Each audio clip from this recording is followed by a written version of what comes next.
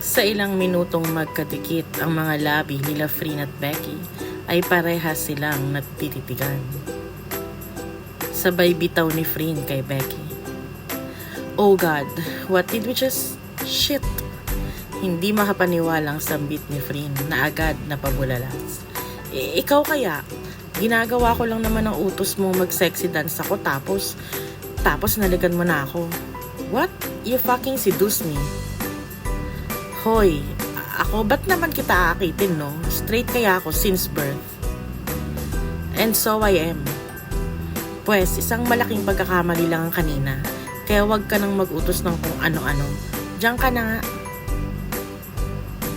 Wow, I didn't know na walkout queen ka pala. Ano pa bang uusapan natin? At isa pa, inaantok na ako. Bulyaw ni Becky sabay nilayasan si Frin na halos hindi pa rin makapaniwala sa ginawa nilang dalawa.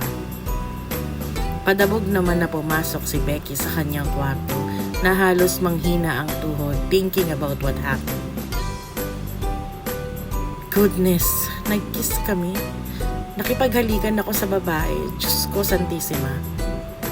Bulalas ni Becky sa kanyang sarili nang biglang may kumatok sa pinto niya na agad naman niyang binuksan.